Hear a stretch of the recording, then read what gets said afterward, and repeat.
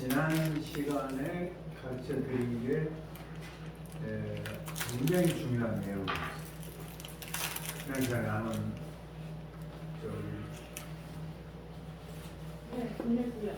뭐좀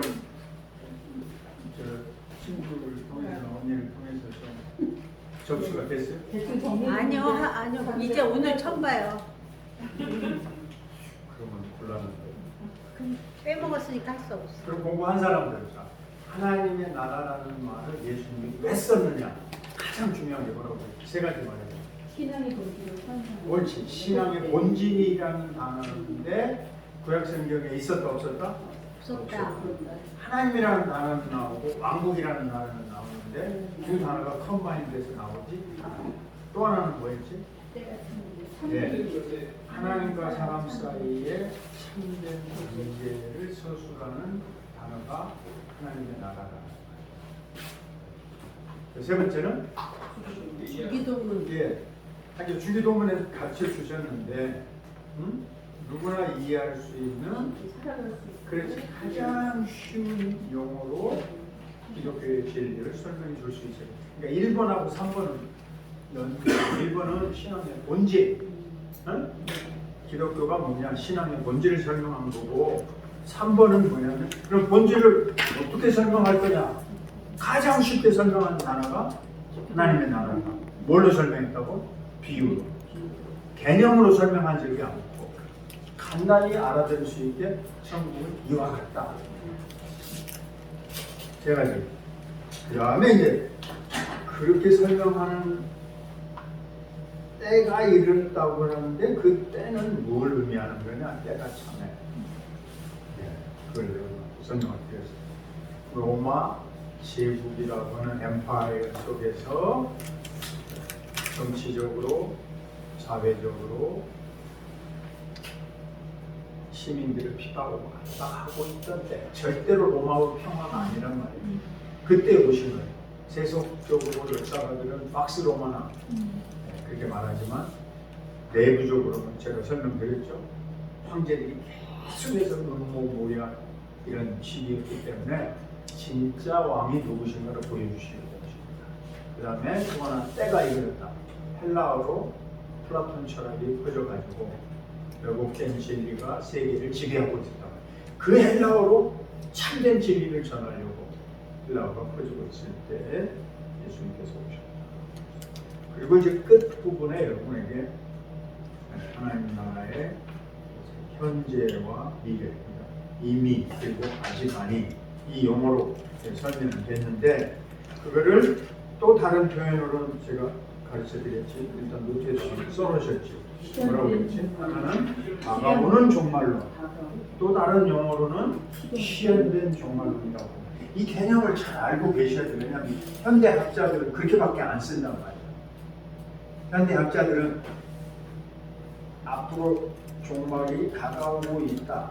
그래서 철저한 종말론 또는 임박한 종말론 모든 걸 좀 종말에다만 갖다가 놓으려고 하는 학자들이 있고 또 반대로 그걸 없고 이미 여기에 실현된 종말론 그래서 옥스퍼드 학자 C.H. 가드가 실현된 종말론을 주장을 했고 반대로 종말은 미래의 개념이다. 아주 급격하게 현격하게 다른 나라가 하나님의 나라가 임할 것이다. 이거는 존 베이스라고 아주 슈가 있죠. 라고는 신학자가 주장을 했다. 그러니까 우리가 이게 하나님의 나라 그러면 늘 그렇게 이야기를 했냐면 already not yet 그것만 설명한단 말이에요. 이미 그리고 아직 아니.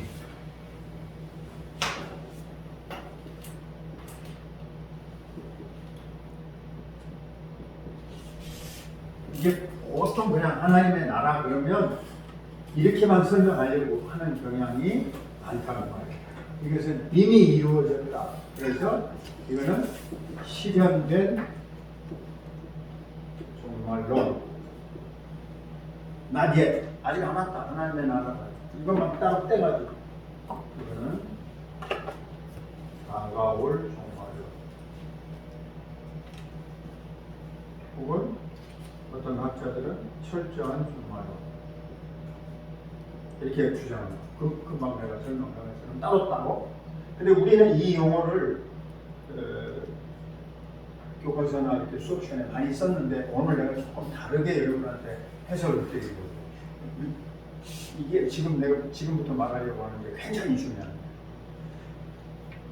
모스 박사는 뭐라고 설명을 하냐면 하나님의 나라가 미래에 있고 급격하고 아주 그냥 일시에 하나님의 나라가 온다. 예수님 그렇게 말한 적이 있느냐? 그렇지 않다. 그런 성격이 있다 이거지. 앞으로 하나님의 나라가 충만히 이루어질 거다 이거지. 그렇지만 이것만 따로 떨어지는 나라가 있을 수 없고 또 반대로 여기에 이제 이게 지금 앞으로 다가올 종말론이라 지금 금방 설명한 것처럼 지금은 우리는 하나님의 나라를 맛보지 않고 살고 있다. 예수님이 말하는 하나님의 나라는 앞으로 올 것이다. 언제? 재림 때. 이것만 말하고 있는 것처럼 주장하고 있는 성경학자들이 꽤 많단 말이에요. 우리 보수적인 교회들도 그렇게 말하는 교회들이 많아. 여기는 다 틀렸고 여기는 다 의미 없고 가치 없고 주님 재림하시면 재림 때부터 정부가 우리에게 다가오라 이렇게 말하는 그러니까 굉장히 다미 선교회 같은 것이 다가올 미래의 정말 안 필요도 없고 정말 필요도 없고 차 안의 세계하고 피 안의 세계라고 한다면 피 안의 세계를 더 소중하게 본다. 거기가 더 가치가 있다. 거기가 더 의미가 있다. 거기가 더 궁극적인 거다라고 자꾸 생각하게 만드는 종말론이란 말이에요. 이거는 실현된 종말론이라고 해요. 여기에 윤리적이고 도덕적으로 열심히 살고 있고 여기에 뭐가 있냐면 지금 지상의 교회가 있다. 지상의 교회가 있으니까 교회 중심으로 여기서 열심히 살면서 종말은 여기서 이루어져야 한다. 이게 이제 성교도들 가운데서 조나단 에드워즈 같은 사람들이 주장했던 거예요. 교회가 영광스러운 시대가 되면 종말이 여기서 구현된 것이다. 성교도들 가운데 이분들은 후천연설을 주장했어요. 후천연설. 영광스러운 교회 세대가 찬란히 빛난 다음에 그렇게 천년이 지나고 예수님이 오실 것이다. 자, 이런 그 학자들의 논쟁을 게아르스 보스 박사가 잘 기억을 하고 이렇게 용어를 썼어요. 그걸 지금 오늘 여러분한테 가르쳐드려요. 하나님의 나라가 여기에 실현되어 있다라는 말을 쓰지 말고 이쪽으로 치우치지 말고 어떻게 말해야 되냐면 현재성 하나님 나라의 프레젠트 현재적 성격 현재 지금 내가 살고 있는 곳에도 하나님의 나라가 이루어져야 한다 이렇게 말해요. 이거는 그럼 미래성 이렇게 말하겠지? 그렇게 말하지 말고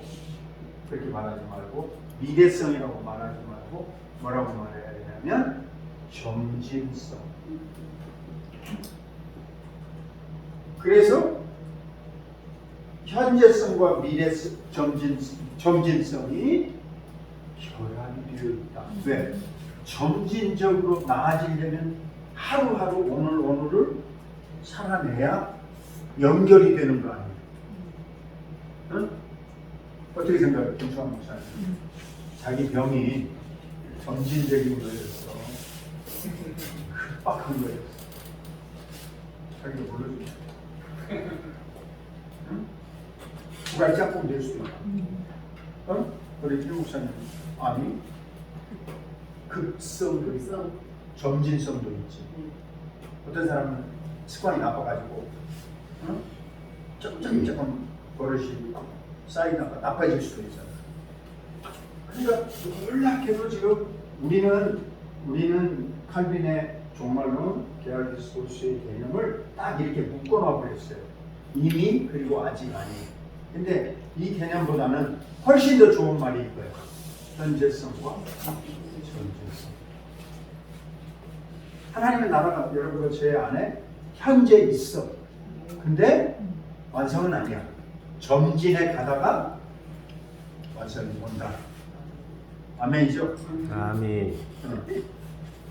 아예 하도 나는 딱딱한 말만 하고 도움 강사 같은 소리 안 하니까 아멘이 별로 안 나오는데 용어를 우리가 잘 픽업을 하면 용어를 적합하게 픽업을 하면 나도 이해가 쉽고 성도들도 이해하기 쉬워.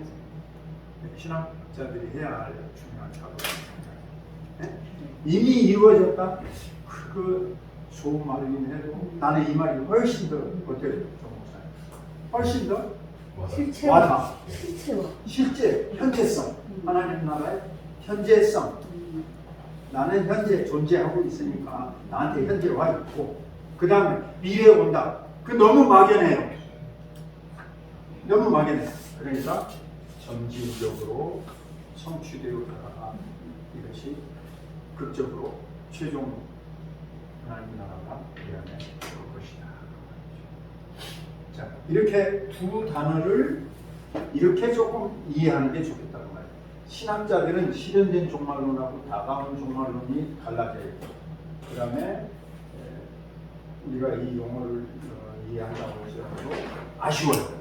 분리시킬 수가 없는데 이 사람들은 딱 하나만 주장해버리고 끝난단 말이에요. 신학학자들인데 CH 다드는 내가 요한복음 주석 읽으면서 기절초풍을 했다. 내가 읽으면서 이 사람이 주장한 학설이 뭐냐면 요한 공동체가 있었는데 그 사회 요한의 진리를 가지고 함께 지냈던 사회 여기 삼성교육대는 정민 목사님과 함께 지금 굉장히 열심히 하고 있는 공동체가 여기 있잖아요. 그러듯이 사도 요한이 오래 살았잖아. 제일 오래.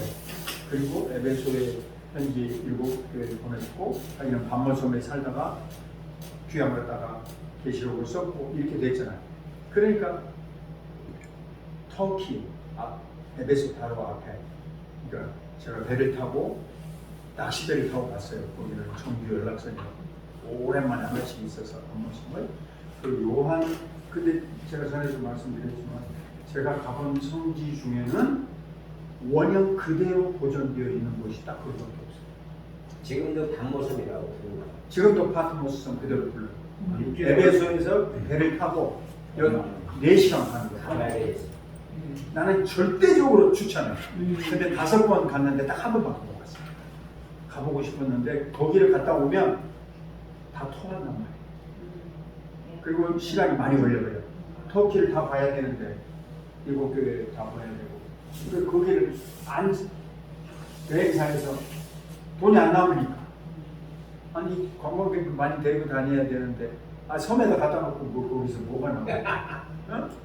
수도원 하나밖에 없는데 그래서 내가 일부러 우리 교회 여행사 하시는 집사님이 우리를 오거나이즈해서 미국에 있을 때 학생들 지도교수 갈 때는 하나도 못 갔어. 거기는 넣을 수가 없어. 근데 이제 배를 타고 갔는데 작은 배를 이제 낚싯배를 어레인지해서 여행사에서 해준 거죠. 정규 여객선이 다니는데 그거 맞추려면 우리는 못 가는 거예요. 언제 갔냐면 주일날 아침에 배를 타고 내가 아침 예배를 인도하고 한 팀이 통통배를 타고 가면서 그거 다 타. 제주도에서 마라톤 한우가 그렇게 심한가요? 아니 배가 너무 작아. 내가 노감대 배가 너무 작아. 박스 산 그 이제 그 에게해라고 그러는데 에게해는 그 말랑이를 말하는 그 밑에가 전부 다 대리석이에요.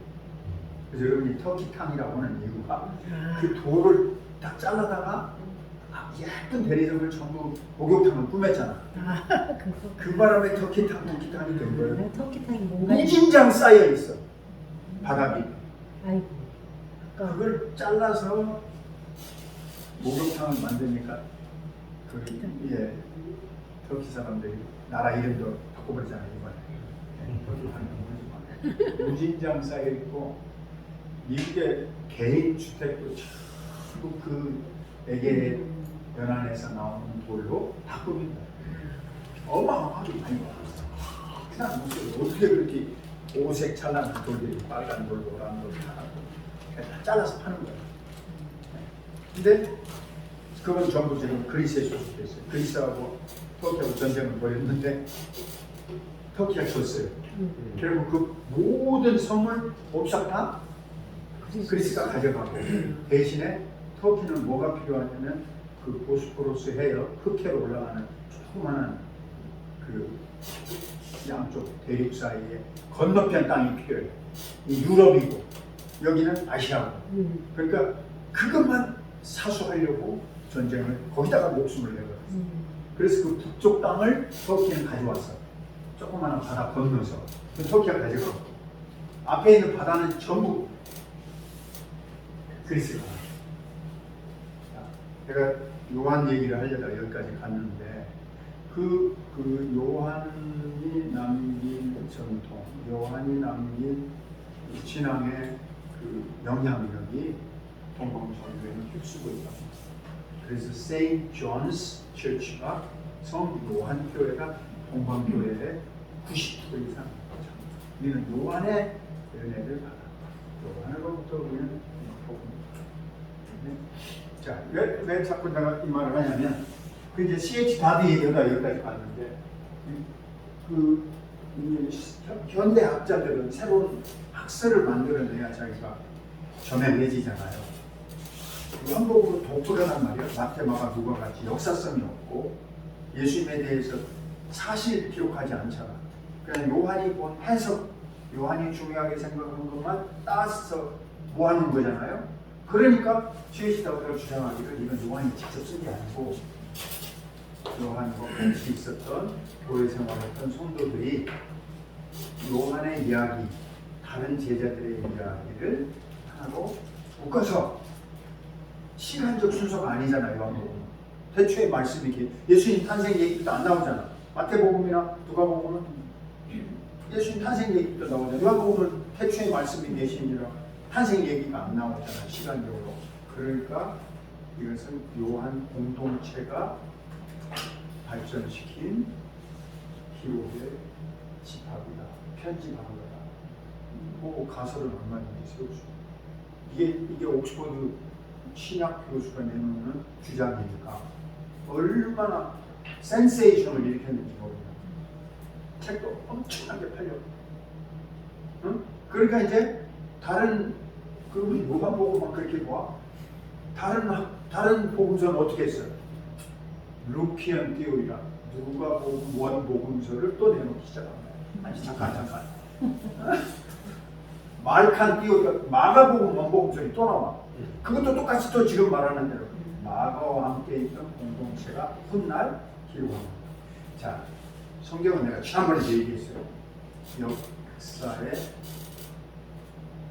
흔적들을 갖고 있지만 성경은 노말 시대 역사에 관심이 있다 없다? 황제들의 이야기가 안 나온단 말이에요. 그 황제들이 불의도 많이 행하고 그 황제들이 뭐 했어요? 의탕하고 부정했잖아요. 수없는 전쟁이 벌이고 핍박하고. 근데 성경은 그 얘기는 안 해. 복음만 말한단 말이에요. 왜냐하면 그런 지금 막 지금 한국 땅도 마찬가지야. 하여튼 야당하고 정치 얘기가 나오고 북한 얘기 나오고 중국 얘기 나오고. 여러분 제가 왜 그 얘기를 안 하냐면 그것은 처음부터 죄악의 덩어리로 우리가 일고의 가치도 없는 거라고 생각합니다.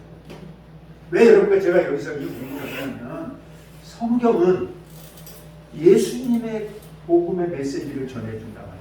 이게 가짜가 아니라는 걸 말하려고 가이사 아우구스투 때 명을 내려서 호적하나에서 태어나셨고 그 다음에 티베리우스 황제가 그 양아들이 통치하고 있을 때 본디오 빌라도의 총독 밑에서 예수님이 죽었다. 그 정도만 말해.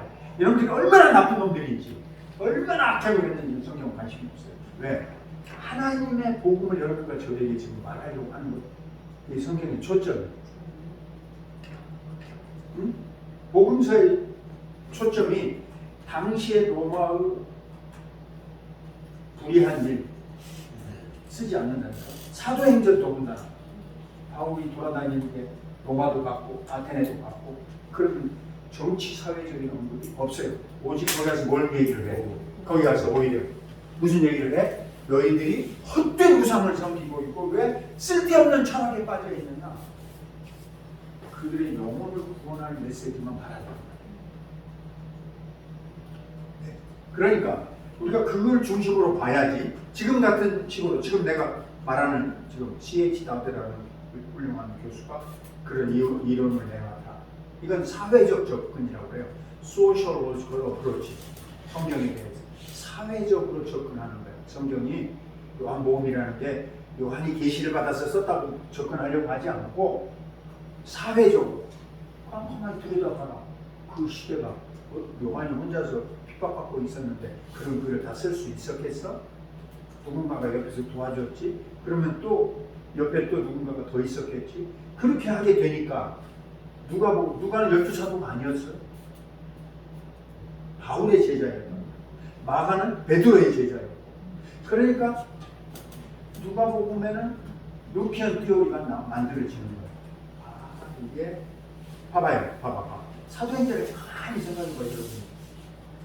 예수님이 죽으신 때가 주후 30년이잖아. 로마의 역사로 하면. 그죠? 예루살렘 교회가 예수님이 죽으시고 부활하시고 승천하시고 성령을 주면서 형성이 됐죠. 그죠? 근데 활동을 못 해버렸어. 네. 바로 사도들이 다 도망가야 돼요. 그러니까 예루살렘 교회는 주후 40년경에 형성됐다고 봐요. 주후 40년. 그리고 핍박을 받아서 스데반 이후에 사도행전 13장에 가면 안디옥 교회가 나오죠. 맞죠? 그게 10년 뒤 정도로 본다. 주후 50년. 역사에 아무 기록이 없어요. 이게 어떻게 해서 만들어졌는지에 대하여 누가가 자료를 쭉 모아서 우리에게 말해주지만 로마식의 연대로 우리에게 역사를 설명하려고 하는 관점이 없어. 복음이 얼마나 맹렬하게 일어났는가 하는 것만 말해주는 거야. 응? 그 다음에 저봐봐. 40년의 예루살렘 교회, 50년의 안디옥 교회, 그 다음에 사도행전 15장에 보면 예루살렘에서 또 모였지. 그죠? 봐봐. 네로가 기독교를 박해하고 로마를 불지는 게 주 64년. 그럼 그 무렵에 베드로하고 바울이 순교했잖아요. 그러니까 로마 교회는 주 60년으로 보는 거예요. 40년, 50년, 60년. 40년은 예루살렘 교회, 50년은 안디옥 교회, 주후 50년. 주후 60년은 로마 교회. 그러니까 설립된 연합으로 본다. 그러니까 지금 내가 설명하는 건 성경에 연대는 안 나오지만 우리가 추정하는 건데 이것에 조금 더 접근 방법을 새롭게 내놓으려고 하는 C.H. 다우드 교수 같은 경우에는 자 그러면 그때 모여있던 초대교회 공동체들이 복음을 받아가지고 요한을 따르는 공동체가 있었을 거다. 그 사람들이 만든 게 요한, 복음, 요한, 1, 2, 3서, 요한 계시. 그 사람들이 모아서 사도 요한이 있었다고 안 믿어버려요. 이렇게 되어버리면 뭐가 나오는 거죠? 지금 내가 말하는 게 역사 비평하는 성경을 역사적으로 크리티시즘, 비판하는 거예요. 그래서 오류가 있고 실수가 있다고 찝어내요. 완전 무결하지 않아요. 그 공동체 사람들이 모여서 기록을 해놨는데 그 문서가 맞을 수도 있고 틀릴 수도 있어요. 그러니까 내가 지금 여러 가지 얘기를 여러분한테 복잡을 해드렸는데 근데 기본 연대는 그쯤 알고 계시면 정확해요. 내가 열심히 추적을 해서 연구한 거예요. 40년, 50년, 60년. 그럼 그걸 그렇다고 하는 가설을 놓고 C.H. 다드는 이건 요한복음은 요한 공동체. 이 교수님 이후에는 또 루키안 띠오리, 말티안 띠오리가 나왔어요. 누가복음 원복음서, 마가복음 원복음서. 그 다음에 더 기가 막힌 게 나와요. 마태, 마가, 누가, 요한이 다 어떤 자료를 보고 참고해서 베낀 것 같아요. 그걸 뭐라고? 휴먼 써서 그래. 왜? 똑같은데 자꾸 틀린 게 나오잖아. 마태복음, 마가복음, 누가복음. 우리는 신학 힙 가스펠이라고 해. 공관 같은 관점에서 썼다 역사적으로 우리가 그렇게 말하는데 그것이 아니고 이 큐 문서들은 크벨레라고 우리가 모르는 오리지널 원판 압축 요약된 예수님의 생애가 있었다는 거예요. 이게 원복음들. 근데 미치고 팔짝 뛴 거는 네? 미치고 팔짝 뛰는 거는 모든 뛰어난 신약학자들이 다 믿어서 어머나. 어머나지 어머나 큐스쿨 학파가 있어요. 큐스쿨 학파 우리나라도 있어 장신대 어머나. 어쩜 좋아. 밑도 끝도 없는 학설인데 응? 오리지널 예수님에 대한 기록이 누군가가 간단히 써놓은 게 있고 마태 공동체는 그 중에서 유대인들 중심이니까 마태복음 갖다 몇개 쓴 거고 누가복음은 이방인들 중심이니까 갖다 쓴 거고 베드로는 정통파니까 나아가가 그의 제자였는데 갖다 쓴 거고 요한복음은 아까 말한 대로 갖다 써. 지금은 이 큐 문서를 인정 안 하면 유럽의 대학에서 성서학으로는 신약이 있고 박사를 받을 수가 없어요. 모든 교수들이 다 저거는 전제를 하고 들어가요. 어머나. 어쩜 좋아. 그 중에 대표적인 분이 김세현 교수예요.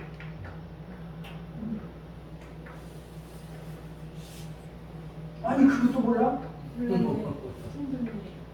모든 유럽의 교수들이 휴문서 다 믿는데 김재성 교수 그것도 몰라? 그래서 아니 모르는 게 아니라 저는 반대하는 아니 분이에요. 김초신자. 그걸 왜 반대해? 그게 다 정설인데 공부를 안 했구만 이거.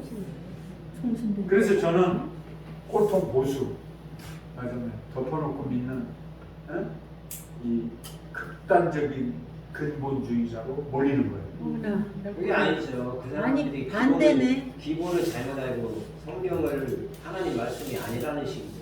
왜냐하면 이 비평학이 한국 세계 이후에 나오기 시작해가지고 이미 유럽의 모든 신학대학의 최고 교수들이 다 이 큐 문서서를 믿고 있어요.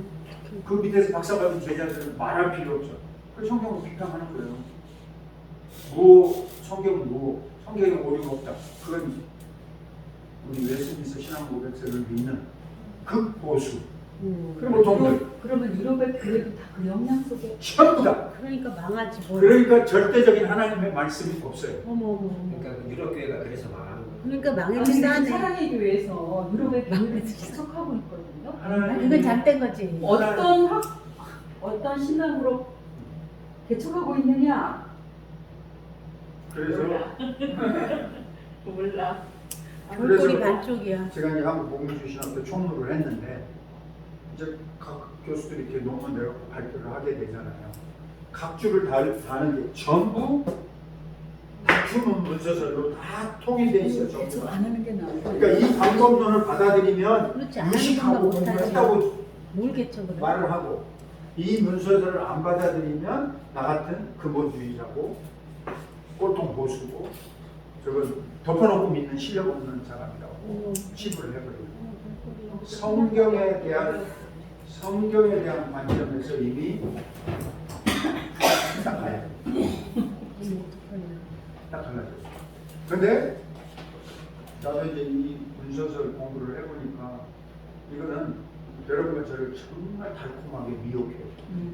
왜냐면 내가 판단을 해볼 수 있는 능력이 있다고 생각을 하잖아요. 공부 많이 했으니까 새로 나온 학설은. 완전 신천이에요. 이게 왜 또 그러냐면 이게 노트에 써봐 1946년 우선 저기가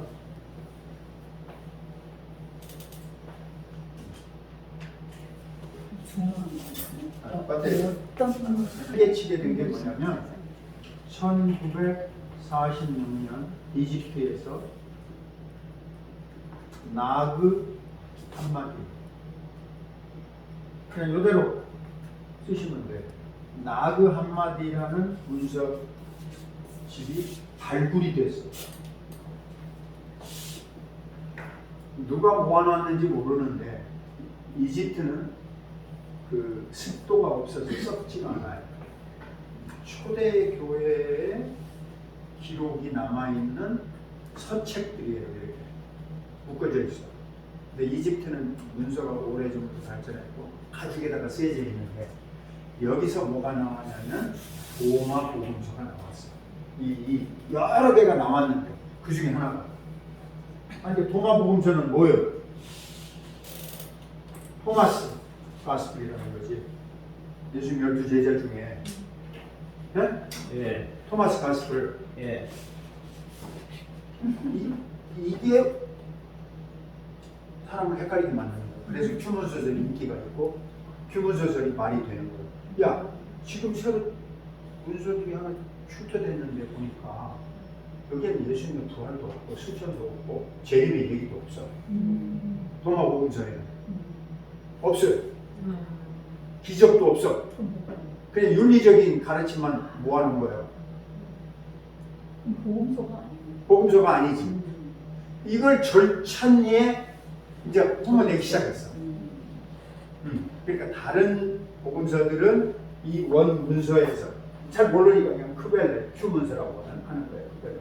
여기서 이렇게 썼는데 다른 문서들은 각각 신앙 공동체가 조금 합치고 보태고 각색을 해서 예수님을 위대하게 만들려고 집어넣은 거고 꿈 같은 얘기를 부활도 못 믿는 거니까.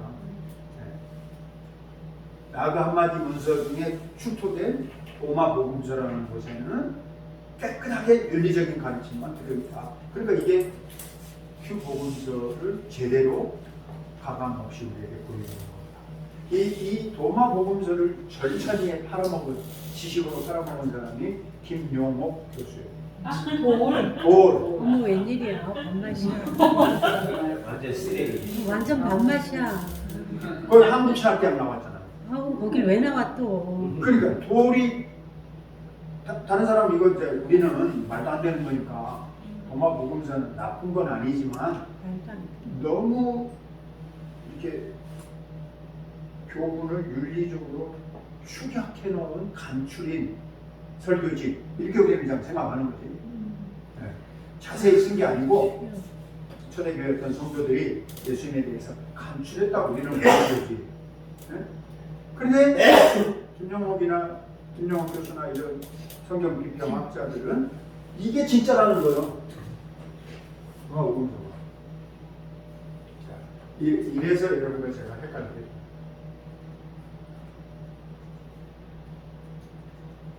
지금도 마찬가지.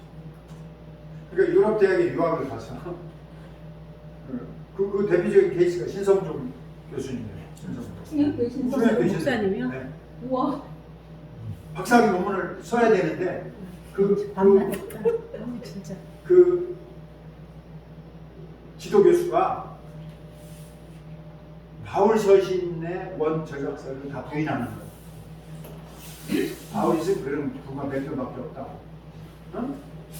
그러니까 내가 박사학위 직접 읽어봤어요. 그 교수 주장대로 써놓는 거예요. 다. 그럴 수밖에 없어. 바울이 썼다고 후대에 거기다가 추가해서 권위 있는 문서로 돋보이게 한 것 같다. 우리가 그렇게 믿나요? 디모데서, 베드로, 디도서, 에베소서, 빌립보서, 빌레몬서. 아니 그러니까 그렇게 말하는 근거가 어디가 있어? 다 이런 문서서 비평하게. 좀 얘기 이제 학문적인 얘기거든요. 그래서 이제 유럽의 학자들이 되게 그렇게 이제 공부를 하고 오면 일단 한국에 와서 이렇게 박사 받으려고 거기서 지도 교수의 책을 인용해서 그렇게 썼지만 그걸 덮어두고 나는 그냥 믿습니다. 오류가 없다고 한국 장로교회가 결정한 대로 따라가겠습니다. 이 꼴이 나는 거예요. 하나도 안 믿어요. 거기서 박사를 받을 수가 없어. 나 같은 말을 하면 퇴학. 지도교수가 부분에 심사도 안 해줘. 야, 이 바로 근본주의 무식하다. 이게 신복음주의라고 하는 학문의 새로운 태동이 바로 여기서 나오죠. 우리는 근본주의자로 몰려버리고 이런 식의 비평학적 방법론을 받은 사람들이 신복음주의, 복음주의. 그러니까 현대적 학문 방법을 수용하겠다는 거예요. 왜냐면 성경에 나오는 단어 하나하나 원 뜻을 몰라요, 사실. 헬라어로 써 있는데 사전에서 그런 뜻이라고 알 따름이지. 그러니까 사전에 나와 있는 뜻, 예를 들면 지금 교회가 원래 미네라는 뜻이었잖아요. 에클레시아, 백성들의 회의, 성도들의 모임이 아니었다고. 응? 교회가 예수님을 따르는 성도들의 모임이라는 단어로 쓰여지질 않고 헬라 사회에서 헬레니즘이 영향을 끼칠 때 헬라가 셌잖아요. 응? 각 지역마다 귀족들이 모여서 공화국체로 자기들끼리 토론을 했어. 그걸 백성들의 회의라고 민회라고 불러요. 백성들. 그게 에클레시아라는 단어. 그래요. 예수님 믿는 사람들이 모여있는 회의가 아니었다. 근데 예수님이 그 단어를 마태복음에 처음에 채택하셔가지고 의미를 부여했다. 내가 내 교회 에클레시아를 세우리. 그 이전에는 마태복음에 나오지도 않고 복음서에 나오지도 않아. 그러니까 단어를 이렇게 연구를 해보면 사람들과의 퀘스천을 하게 만들고 의문을 갖게 만들고, 아니 지역의 지도자들 우두머리들이 모인 걸 에클레시아라고 했는데, 아니 예수님은 자기를 따르는 사람들을 에클레시아, 미네라고 안 하고 교회라고 따로 했다. 우리가 그걸 의미를 두고 아무 소리 안 하니까 그렇지. 헬라어 원문을 찾아보면 지역의 우두머리들 모인단 말이에요. 우두머리들 투표권도 있고 재산권도 있고 노비도 갖고 있는 사람들이 모여서 회의하는 거예요. 그게 교회예요. 네. 하나님의 나라도 똑같습니다. 어떤 학자가 어떻게 개념을 내려주느냐에 따라서 여러분들과 휘갈리게 되어집니다. 이전엔 정말 데르스포스 박사가 우리에게 잘 설명해 주셨습니다. 너무너무 잘 설명해 주셨습니다. 그래서 우리는 이 성경의 무엇성을 그렇게 믿으면서 이 나라에 대한 것을 구상하게 되었는데, 이제 이 대목에서 아주 현재적이면서 점진적으로 가가지고 완성될 것이다 하는 예수님이 이렇게 얘기했는데, 왜 이 양면성으로 표현을 했느냐, 왜 이 두 가지로 예수님께서 설명을 했느냐. 그러니까 이 현재 나에게 하나님의 나라가 있고, 이 현재 하나님의 나라는 완성을 향해서 점진해서 가고 있다. 우리에게 그 축복을 주실 것이다. 왜 말했느냐. 자, 첫째, 이런 성격으로 말하신 이유가 뭐냐. 유대주의의 왜곡을 예수님이 정복을 뚫고 비판하신 이런 설명으로, 그러니까 신앙의 본질로 지금 하나님의 나라를 설명했다고 그랬죠. 뭐냐면 다 여러분이 아는 거예요. 유대주의는 어떻게 하려고 했냐면 인간의 노력, 인간 스스로 율법 준수, 여기에 강조를 둔 종교로 변질되었어요. 그렇지? 네, 율법을 지키려고 노력해야 합니다. 제사를 성전에 가서 지켜야 합니다. 인간의 노력을, 인간의 스스로 종교적 행위를 강조하고 있었단 말이에요, 당시에. 근데 예수님은 하나님의 나라라고 설명을 해요. 너희들이 가지고 있어야 될 거는 하나님의 나라다. 여기는 무슨 뜻이 담겨져 있냐면 이게 본질이에요. 인간의 죄성에 대해서 더 깊이 성찰하는 개념입니다. 인간의 죄성에 대해서 더 깊이 성찰하는 개념입니다. 곧 하나님의 나라라는 것은 인간이 아니라, 인간 중심적인 종교 노력이 아니라, 그 말이에요. 인간이 아니라 하나님의 행하심에 의해서, 하나님의 행하심에 의해서 그 나라가 임하여야 한다고 말씀합니다. 유대교와 전혀 다른 해석을 우리에게 가르쳐 주시려고 하나님의 나라를 말씀하십니다. 자, 이해가 됐는지 한번 봐요. 필요해요. 우리 개신교도 자, 내가 언제든지 설명을 하는데 자칫 잘못하면 알미니안주의 올라가면 펠라기우스 인간이 자유의지로 자기가 할 수 있다고 하는 종교로 빠질 수가 있어요. 우리는 하나님의 주권이 절대적이고 하나님 중심적이다 이렇게 말하잖아. 이게 비슷한 얘기예요. 이 하나님의 나라는 신앙의 본질인데 하나님과 우리 사이의 관계를 말하는 거고 그걸 가장 쉽게 설명하는 개념인데 인간 중심의 종교로 성취되는 것이 아니라는 개념이에요. 하나님의 나라가 너에게 온다.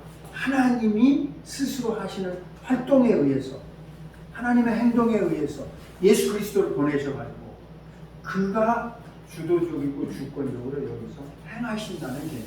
하나님의 나라. 그럼 유대주의 당시의 사람들하고는 서로 반대가 되는 거죠. 한마디로. 이해가 됐어요? 응? 이해가 됐냐고. 이것과 헷갈리면 안 돼. 지금 내가 말하려고 하는 이거. 내가 이제 이따 오늘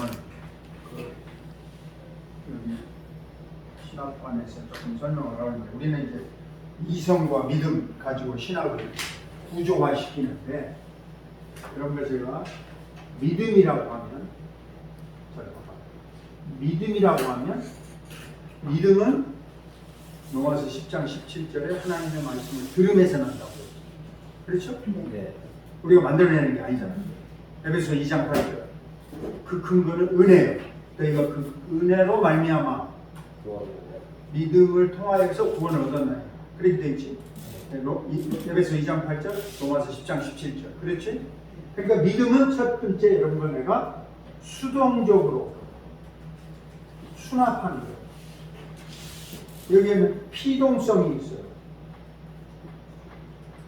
겉으로 내가 먼저 한 것이 어떤 면에서 뭐 도드라질 수도 있어. 어떤 사람 자기 발로 찾아갔다 그러니까 교회를 내가 먼저 갔다고 주장하는 사람이었어. 우리는 뭐라고 말하지? 하나님이 불러서. 그렇지. 배면에 성령님께서 작동을 해서 네가 술 취해가지고 온곡교회 교회 가게 만드는 거지. 네가 내 발로 먼저 갔다. 그렇게 말하면 안 된다 이거지. 처음 뭘 몰랐을 때는 내가 내 발로 교회 갔어. 그렇게 말할지 모르지만 신앙을 점점 더 배워보면 나의 나된 것은 하나님의 은혜라고 하는 걸 알기 때문에 그게 다 섭리 가운데 가게 된 거니까. 그래서 믿음은 수동적으로 받는 거예요. 맞죠? 그런데 이 믿음 우리한테 주신 다음에는 그 다음에는 믿음의 능동적 측면입니다.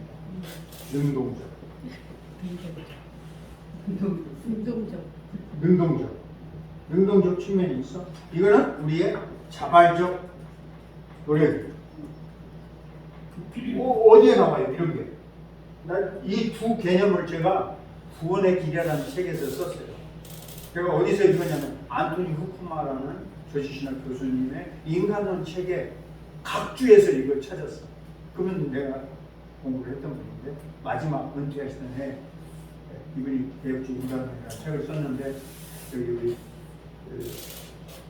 해수 기사님 그 책을 많이 참고하셨죠. 그분은 심리학을 대학 시절에 공부했고 바빙크의 언약신학을 박사학위 공부를 쓰고 있어요. 바빙크한테 이렇게 죽고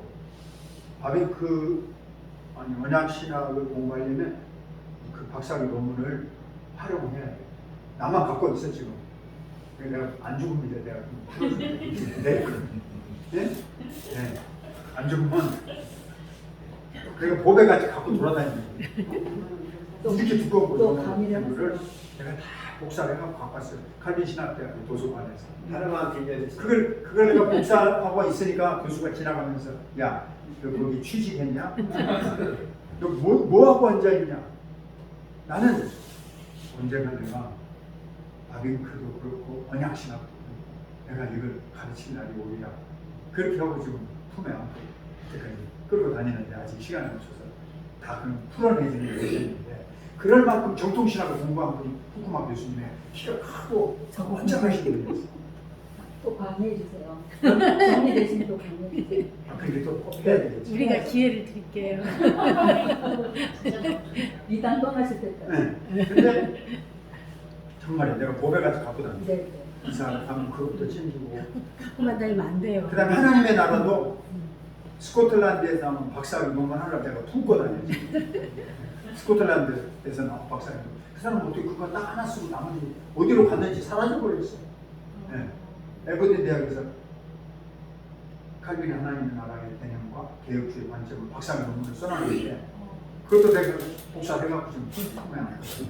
하나님의 나라에 대해서 이 뒷얘기. 근데 이건 이제 거기서 내가 공부한 거야. 믿음에는 두렵고 떨림으로 너희 믿음을 구원을 이루라 그랬죠. 천국은 침노하는 자가 침노한다. 그러니까 우리한테 하나님께서 선물로 주신 다음에 그 선물로 준 걸 가지고 이거 얼마만큼 기도하느냐, 이거 얼마만큼 씨를 뿌리느냐, 이거 얼마만큼 전도하느냐, 이거 얼마만큼 순종하느냐, 이거 얼마만큼 누리느냐, 그거 누구 몫이야? 네. 그게 믿음의 그릇이잖아요. 근데 알미니안주의는 1번을 빼버려.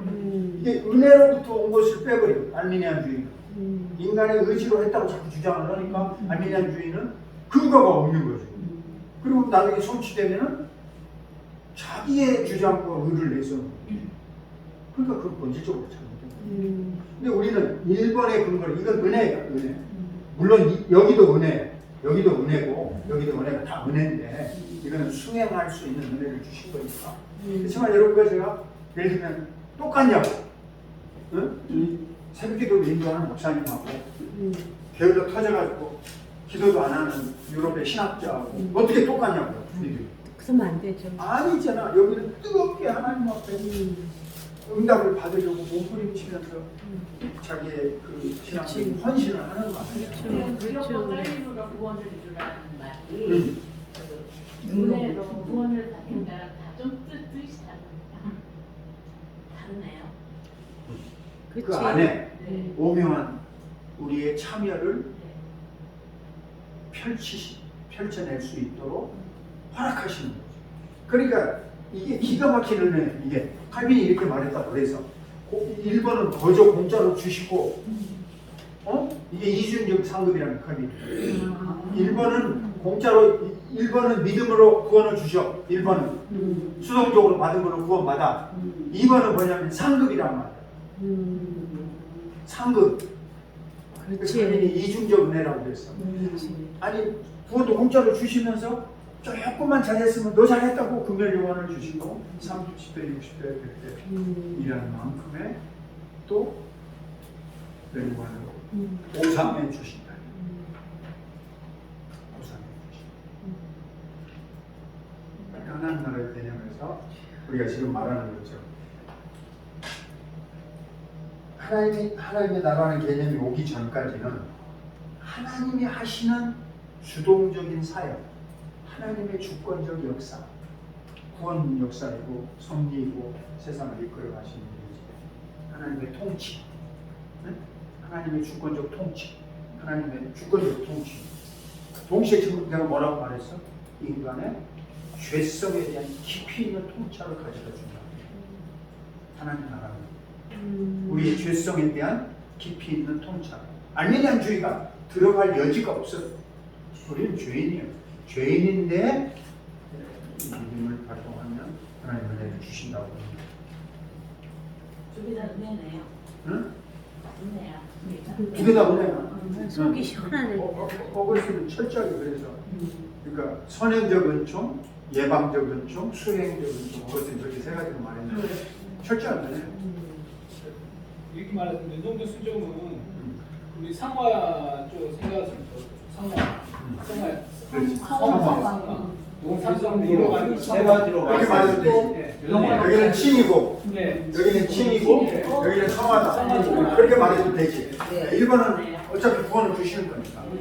2번은 거기다 못해서 3번. 그러니까 믿음의 이 복합적 구성 요소들, 믿음의 본질에 있어서 보면 우리는 믿음을 선물로만 받았고 그럼 두 발로 아무것도 안 하면 구원이 이루어지냐? 절대 그렇게 말씀하시면 됩니다. 근데 이거를 유대교는 본질적으로 왜곡시켜요. 인간의 종교. 근거 없이. 네, 근거 없이. 그리고 죄성에 대한 통찰력이 없었다. 근데 성화 있잖아요. 성화는 많이 이루는 사람도 있고 조금 이루는 사람도 있잖아요. 안 움직이는 사람. 그러니까 이중적 이렇게 관계. 하라고 그래도 안 하는 거야. 깝깝하지. 안 움직이는 거.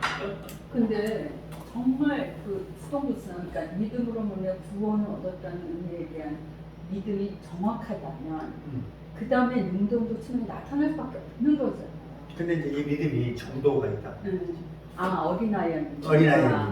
성숙한 믿음이다. 근데 물까지 차고 여기까지 차고 여기까지 차고 여기까지 차고 성령의 점진적으로. 점진적 변화가 일어나는 거. 교회마다 주장 말씀 속에 목사님들이 그거를 강조하시는 부분이 어느 교회는 전도에서 구원 뭐 고백 이렇게 가지만 또 어느 교회는 또 행한 무슨 뭐 시들어 뭐 어떻게 막 이렇게 하면 그러니까 다 이제 복음이 왜 이렇게 뭐라고 변질이 되나 약하다 그러나. 그렇지 이걸 이제 참 프로그램으로 만들어. 교회 프로그램. 양날 뭐 분할계 뭐 집회 이렇게 해놓고 이걸 어디다가 이렇게 묶어갖고 그걸로 뭐가 움직여지게 방법이 없는 것 같으니까. 제대로 말씀만 가르치면 두 가지 안면성이 다 드러나서 점점 더 견고히 세워갈 텐데. 물론 이제 목회자들이 이제 자기의 은사에 따라서 어떤 분은 굉장히 찬송의 은사를 받으셔갖고 그런 말씀보다는 그냥 교회가 그냥 완전히 그냥 찬송 속에서 그냥 목사님이 가수요 가수. 그런 교회 가봤는데 거의 뭐 다른 거 필요 없어. 그냥 굴짝굴짝 신바람 나는 찬송으로 설교도 하다가도 찬송하고 그냥 기도하다가도 찬송하고 그런 교회도 한 군데 봤어요. 목사님 자신이 이 말하자면 탈락한 가수요. 은사 따라가는 거야. 은사 따라가. 그럴지라도 그럼에도 불구하고 그러니까 이제 한쪽으로 치우치는 거야. 그러니까요. 네. 영양이 비타민이 모자라는 거지. 균형을 다 갖춰야 되는 거야. 그러니까요. 그분은 음악밖에 않는 모르니까. 얘기지. 영원히 균형을 갖출 수 없다고 생각하죠.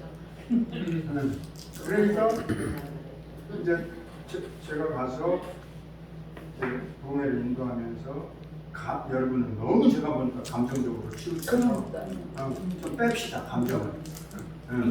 이거는 좀 머리가 좀 자라야 되겠는데. 이해. 여러분 너무 눈물이 자라가지고 좀 주체의식을 갖고 있어요. 전부 다 흐느적거리고 그냥. 그러니까 미담도 쉽게 들어오고. 맞아. 견고하지. 네. 참 그런 아쉬움이 있어요. 제가. 진짜